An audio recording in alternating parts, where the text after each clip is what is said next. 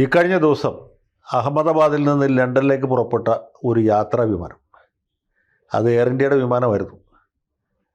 വളരെ നിർഭാഗ്യകരമായ സാഹചര്യത്തിൽ വിമാനം ടേക്ക് ഓഫ് ചെയ്തതിൻ്റെ തൊട്ട് പുറകെ തകർന്നു വീഴുകയും ആ വിമാനത്തിലുണ്ടായിരുന്ന 262 പേരിൽ ഒരാളൊഴിച്ച് ബാക്കി എല്ലാവരും മരിച്ചു. അവിടെ വന്ന് വീണ സ്ഥലത്ത് ജനവാസ മേഖലയിലായിരുന്നു, ഒരു മെഡിക്കൽ കോളേജിൻ്റെ ഹോസ്റ്റലിൻ്റെ മീതെ മറ്റൊരു വീണ്. അവിടെ ഉണ്ടായിരുന്ന കുറേ വിദ്യാർത്ഥികളും മറ്റാളുകളൊക്കെ കൊല്ലപ്പെട്ടു. കൃത്യം മരണസംഖ്യ എത്രയാണെന്ന് ഇതുവരെ പറയാറായിട്ടില്ല.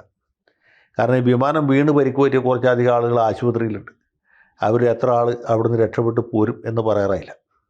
ഭയങ്കരമായ അപകടമാണ്. അടുത്ത കാലത്തൊന്നും രാജ്യത്ത് ഇതുപോലത്തെ ഒരു അപകടം ഉണ്ടായിട്ടില്ല.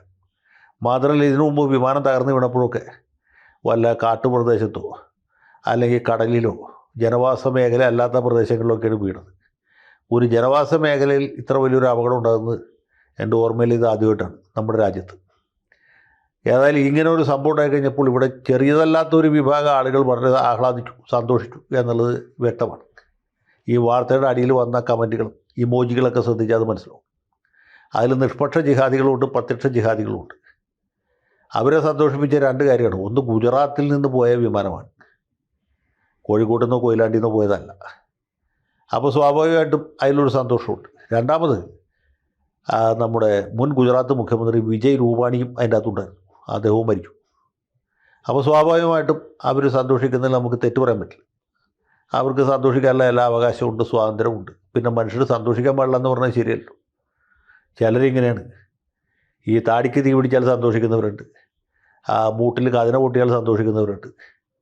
പണ്ട് പാകിസ്ഥാൻ്റെ ആക്രമണം ഉണ്ടായപ്പോൾ കൊച്ചിയിൽ ബോംബിട്ടുന്നിട്ട് സന്തോഷിച്ച് തുള്ളിച്ചാടിയ ആളുകൾ ഞങ്ങളുടെ നാട്ടിൽ വരെയുണ്ട്. അപ്പോൾ പിന്നെ വിമാനം തകരുന്നതിൽ സന്തോഷിക്കുന്നതിൽ പ്രത്യേകിച്ച് യാതൊരു തെറ്റുമില്ല. അവരുടെ സന്തോഷത്തിൽ നമുക്ക് ചേരാൻ പറ്റിയാലും പറ്റിയില്ലെങ്കിലും അതൊരു യാഥാർത്ഥ്യമാണ്. അവർ സന്തോഷിക്കട്ടെ എന്ന് വിചാരിച്ച് നമുക്ക് സമാധാനിക്കാൻ മാറുമോ?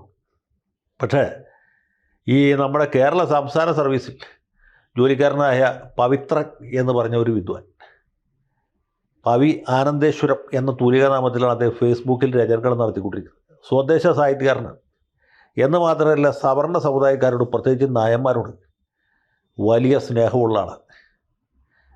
റവന്യൂ മന്ത്രിയായിരുന്ന ചന്ദ്രശേഖരൻ, അദ്ദേഹം നായർ സമുദായ അംഗമാണ്.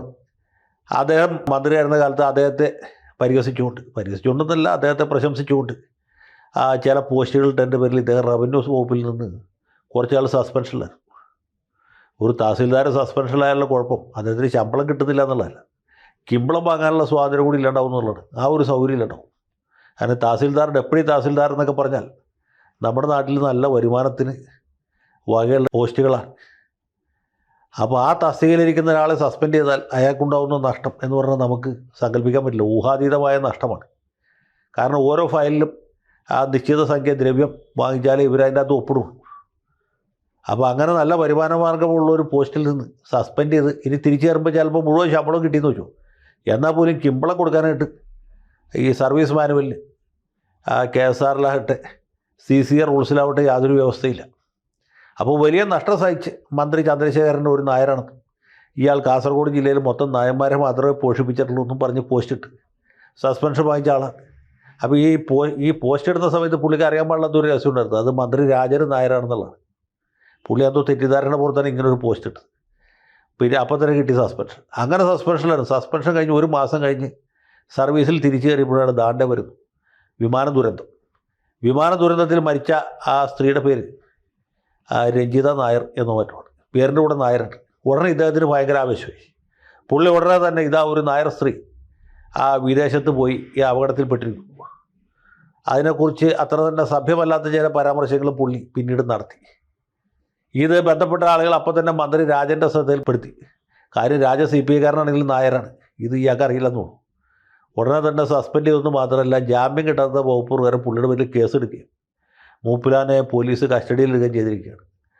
മജിസ്ട്രേറ്റ് വീട്ടിൽ വെച്ച് ജാമ്യം കൊടുക്കും. ഇനി ഹാജരാക്കുന്ന മജിസ്ട്രേറ്റ് വല്ല നായരോ ആണെങ്കിൽ സംഗതി പോക്കടിയായി. ഇത് ഭയങ്കര പ്രശ്നത്തിലേക്ക് പോകുന്നുള്ള കാര്യത്തിലൊരു സംശയം വേണ്ട.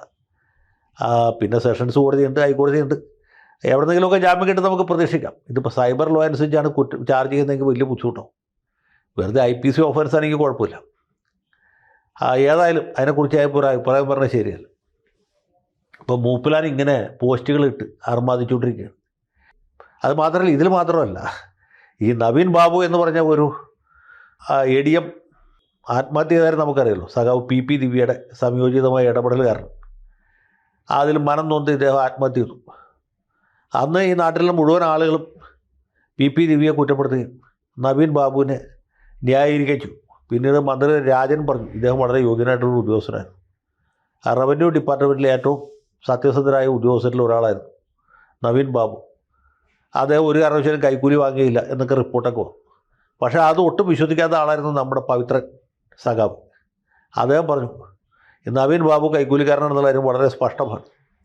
PP ദിവ്യയെ പോലെ ഉത്തരവാദിത്വബോധമുള്ള ഒരു സഖാത്തിയെ ഇങ്ങനെ ക്രൂശിക്കുന്നത് ശരിയല്ല, വേട്ടയാടുന്നത് ശരിയല്ല എന്ന അഭിപ്രായവും ഫേസ്ബുക്കിൽ രേഖപ്പെടുത്തി.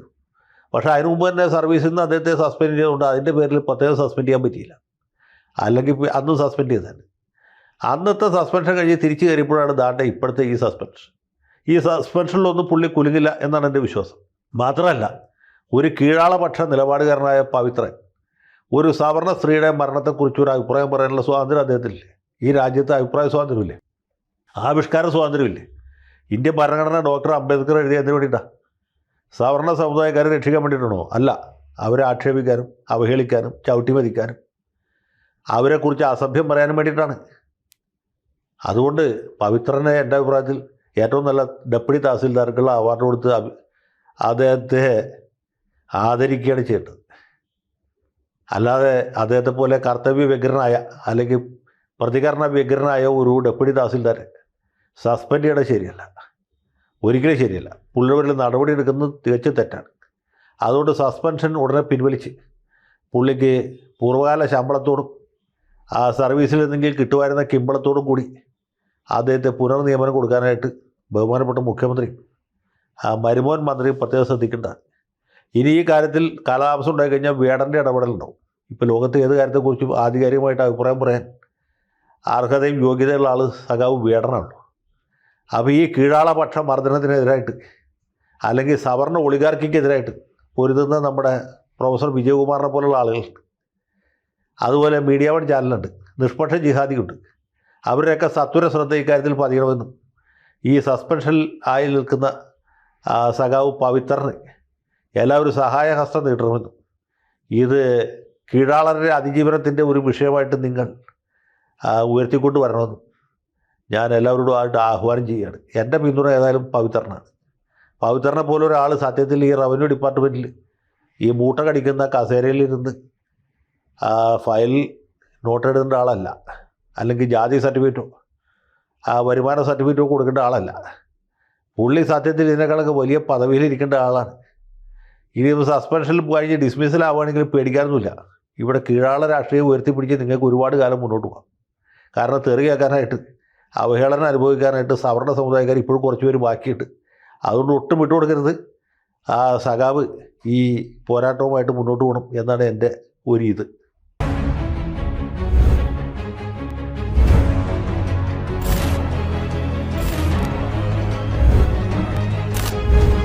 കൂടുതൽ വാർത്തകളും വിശേഷങ്ങളും നിങ്ങളിലേക്ക് എത്താൻ ABC മലയാളം സബ്സ്ക്രൈബ് ചെയ്യുക, ബെൽ ബട്ടണും അമർത്തുക.